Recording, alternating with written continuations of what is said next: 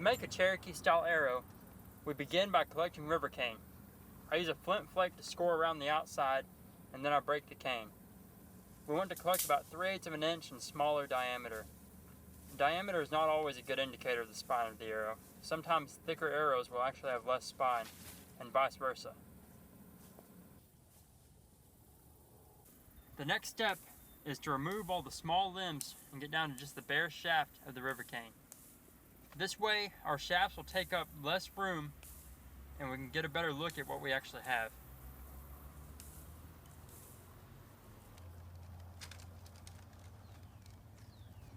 Once I'm down to the bare shaft, I will then bundle up the cane and wrap them in yucca leaves. After that, I'll let them sit for about 2 to 3 months and cure.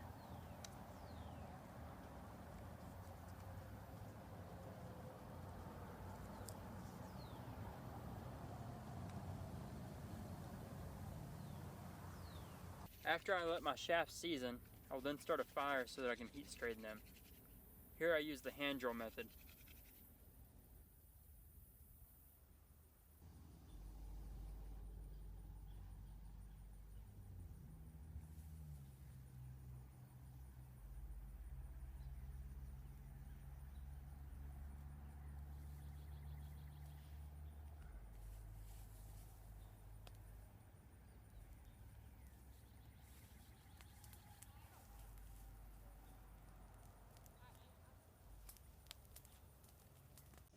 To heat straighten the shaft, I hold it over the fire until it gets soft and flexible, and then correct the crooked areas.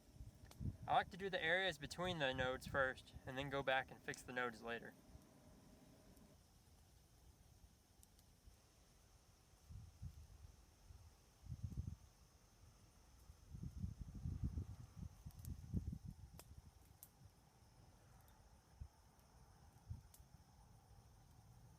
After I straighten out the shaft, I go back and sand down the node areas with a flint flake and a sandstone.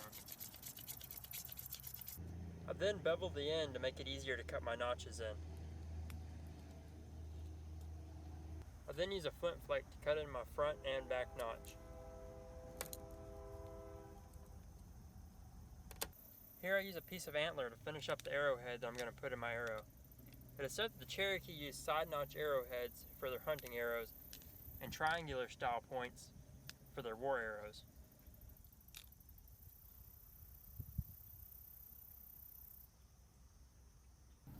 I heat up my pine pitch glue and apply it to my front notch where the arrowhead will be.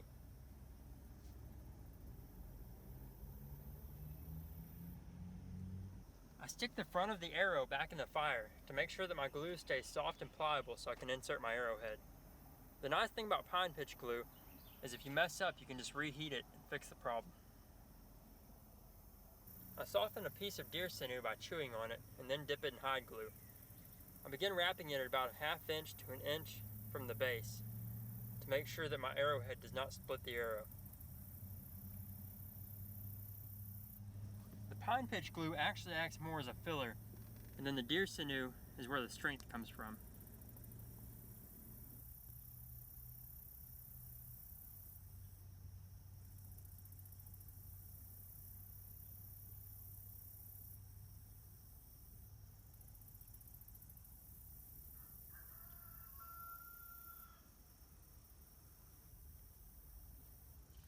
I like to use a flint flake to feather the edges of my sinew.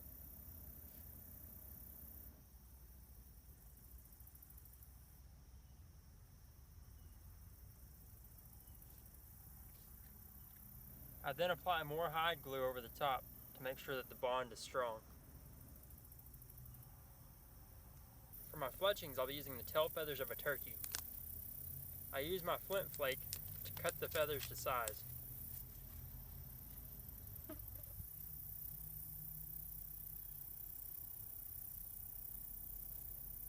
I then lay them on top of one another and rip the right side of the feather halfway down.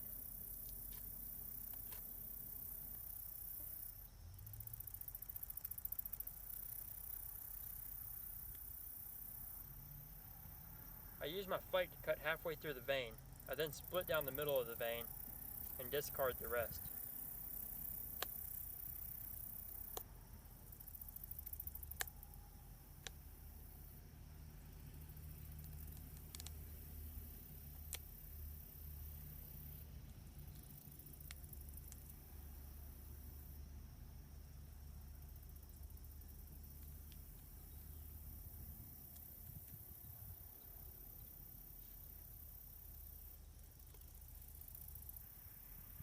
I ripped the feather about an inch from the bottom to give me a place to tie onto.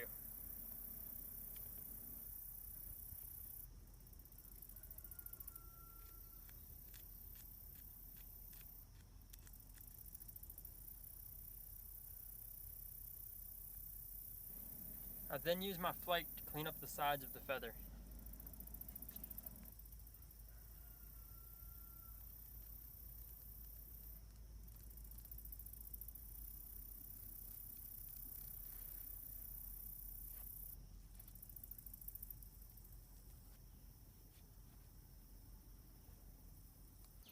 When you're done, your feathers should look pretty similar to this, and they should match almost perfectly.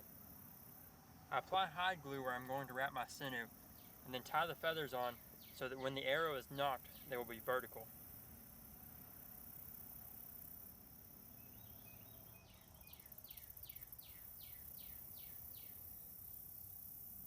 I find that it's easier if you tie in one feather at a time before you secure them both.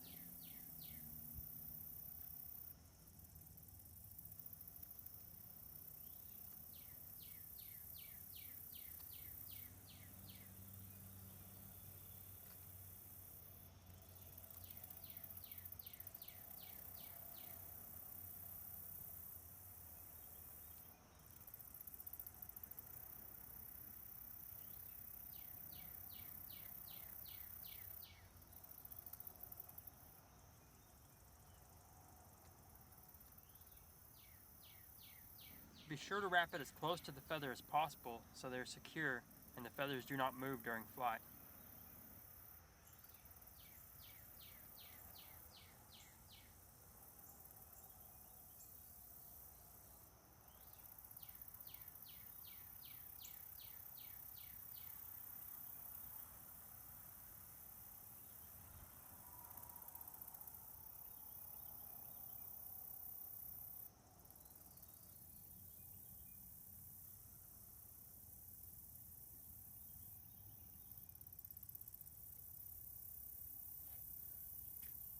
Once again, I use hide glue to secure the sinew.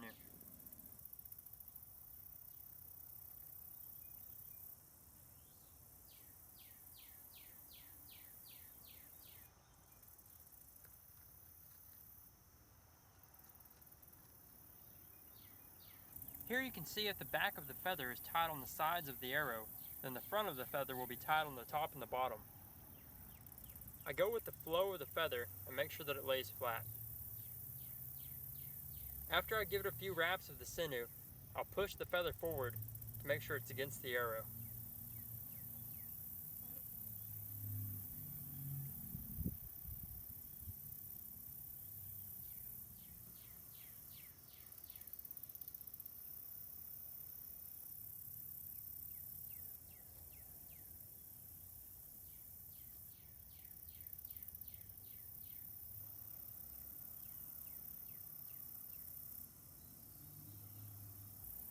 A little hide glue to top it off, and we have finished our Cherokee style arrow.